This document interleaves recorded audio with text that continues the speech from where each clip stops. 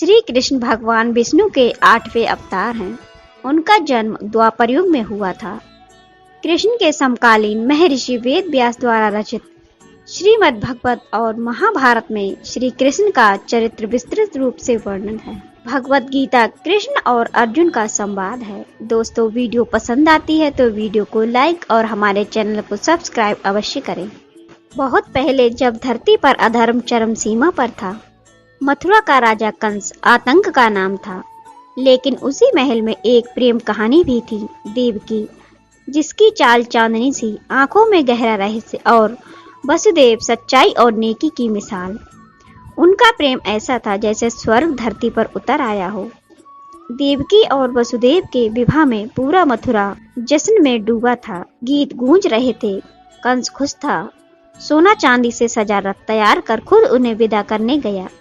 अचानक आकाश में भयावह आवाज गूंजी, कंस, तेरी बहन की 8वीं संतान तेरी मृत्यु का कारण बनेगी। यह सुनते ही कंस का चेहरा उतर गया, आंखों में प्रेम की जगह हिंसा भर गई। रथ की रस्सी हाथ से छूट गई और देवकी के प्रति उसका नजरिया बदल गया। अब उसे बहन नहीं, उसकी मौत नजर आ रही थी। कंस गरजा, तलवार खींची और देवकी के बाल पकड़ लिए। आज ही इस खतरे का अंत कर दूंगा। वासुदेव का दिल बैठ गया, आंखों में आंसू आ गए, लेकिन समझदारी से उन्होंने कंस के पैर पकड़ लिए। भाई रुकिए, देवकी अभी मां नहीं बनी। आकाशवाणी 8वीं संतान की बात कर रही है। हो सकता है वह लड़की हो। आपका डर तो किसी बेटे से है। कंस ठिठक गया। बात में तर्क था, अभी बच्चा है ही नहीं, 8वीं संतान में समय है।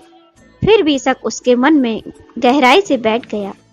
कंस के मन में शक का बीज जम चुका था। ठीक है वासुदेव, देवकी को नहीं मारूंगा, लेकिन वादा करो उसका हर बच्चा मेरे पास लाओगे। वासुदेव के पास विकल्प नहीं था। पत्नी की जान बचाने के लिए हाँ कह दी, पर उनका दिल जानता था कि उनकी जिंदगी का ये सबसे बड़ा दुख बनेगा।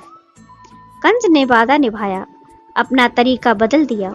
देवकी और वसुदेव को महल के अंधेरे जेल में डाल दिया, जहां सूरज की किरण तक नहीं पहुंचती। मोटी दीवारें हर आवाज रोक देती और बाहर खड़े रहते कंस के सबसे निर्दयी पहरेदार।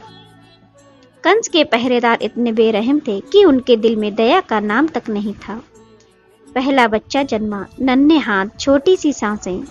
देवकी ने सीने से लगा लिया। वासुदेव को उसे कंस के पास ले जाना पड़ा और कंस ने उसकी हत्या कर दी। देवकी का दिल चूर चूर हो गया। हे भगवान, मैंने क्या पाप किया। वो दिन रात रोती रही। दूसरा, तीसरा, चौथा और 5वां, छठा, 7वां, हर बार वही। अब आंसू सूख चुके थे। देवकी बस आंखें मूंद कर भगवान से कहती, हे प्रभु, अगर कहीं हो तो मेरी सुन लो। वासुदेव भी टूट चुके थे। बाल सफेद, चेहरा सूखा, आंखों में थकान। वासुदेव रोज रात को देवकी को ढांढस बंधाते, हिम्मत रखो देवकी, भगवान न्याय करेगा। इतना अन्याय हमेशा नहीं चलेगा। भाद्रपद कृष्ण पक्ष अष्टमी रोहिणी नक्षत्र मध्य रात्रि मथुरा की उस अंधेरी कारागार में अलौकिक सन्नाटा छाया। बाहर मूसलाधार बारिश, मानो प्रकृति भी किसी पवित्र घड़ी का स्वागत कर रही हो। देवकी के दर्द का वर्णन असंभव था। वासुदेव मौन बैठे, पर आंखों में अजीब सी चमक थी। उन्हें एहसास था कुछ असाधारण घटने वाला है। नारद मुनि की वाणी याद आई, तेरी 8वीं संतान कंस का अंत करेगी। और फिर वह क्षण आया। कारागार में एकदम अचानक प्रकाश फैल गया। देवकी के गर्भ से दिव्य आभा निकली।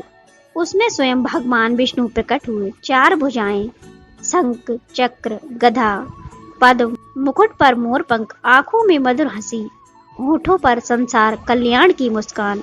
देवकी वासुदेव भाव विभोर हो गए।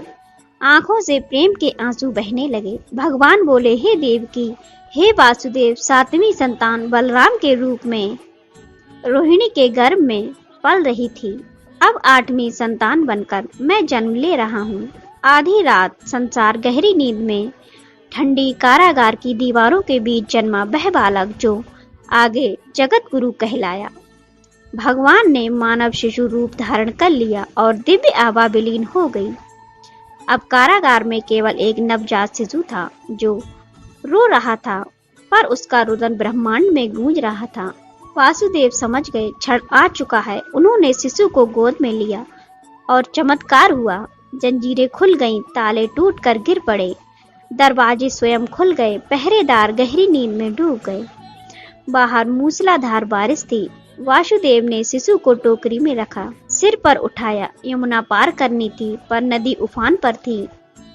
लहरें समुद्र से ऊंची उठ रही थीं। वासुदेव ने कदम बढ़ाया और चमत्कार, यमुना नदी का जल घटने लगा। लहरें थम गईं, मानो यमुना मैया स्वयं अपने कृष्ण का स्वागत कर रही हों। बारिश तेज हुई और प्रकट हुए सहस्त्र फनों वाले शेषनाग, अपने फनों से बालक को ढकते हुए। वासुदेव के मन में एक ही भाव था, बच्चे को सुरक्षित पहुंचाना।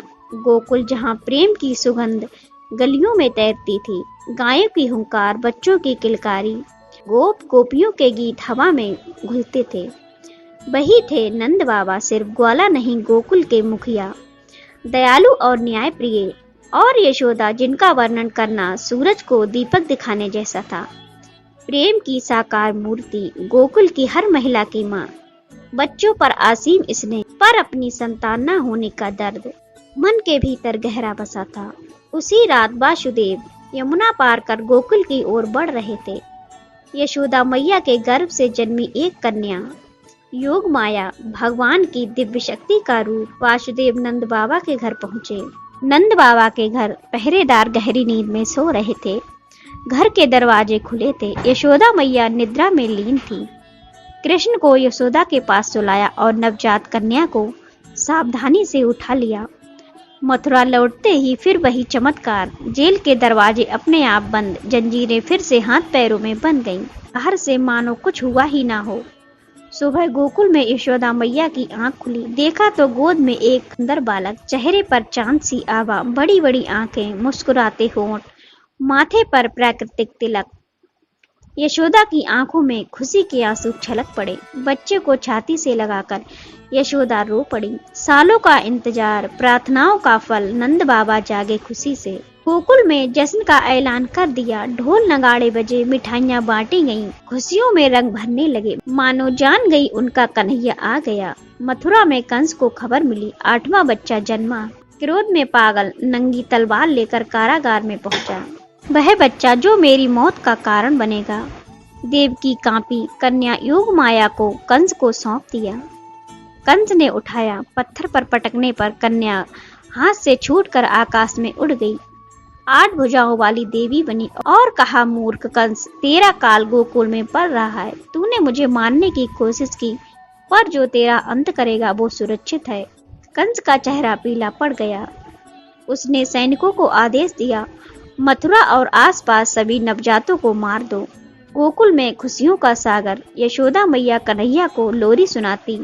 बच्चा गोद में मुस्कुराता। उसकी मुस्कान यशोदा का दिल भर देती। फिर शुरू हुई उनकी लीलाएं, जो आज भी संसार को मोहित करती हैं। श्रीमद् भगवत पुराण के अनुसार जब कृष्ण बाल्यावस्था में थे, तब नंद बाबा के घर आचार्य गर्गाचार्य द्वारा उनका नामकरण संस्करण हुआ था। वसुदेव का पुत्र होने के कारण उन्हें वासुदेव कहा जाता है। कृष्ण नाम के अतिरिक्त भी उन्हें कई अन्य नामों से जाना जाता है, जो उनकी नई विशेषताओं को दर्शाते। सबसे व्यापक नामों में से मोहन, गोविंद, माधव और गोपाल प्रमुख हैं। कुरुक्षेत्र की युद्ध भूमि में श्री कृष्ण ने अर्जुन को जो उपदेश दिया था, वह श्रीमद् भगवद गीता के नाम से प्रसिद्ध है। सभी हिंदू धर्म ग्रंथों में श्रीमद् भगवद गीता को सबसे महत्वपूर्ण माना जाता है, क्योंकि इसमें एक व्यक्ति के जीवन का सार है और इसमें महाभारत काल से द्वापर युग तक कृष्ण के सभी लीलाओं का वर्णन है। ऐसी मान्यता है कि यह महर्षि वेद व्यास द्वारा रचित है।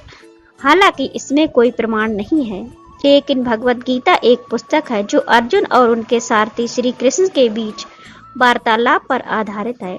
गीता में सांख्य योग, कर्म योग, भक्ति योग, राजयोग एवं ईश्वरवाद आदि पर बहुत ही सुंदर तरीके से चर्चा की गई है। दोस्तों, वीडियो पसंद आती है तो वीडियो को लाइक और हमारे चैनल को सब्सक्राइब जरूर करें।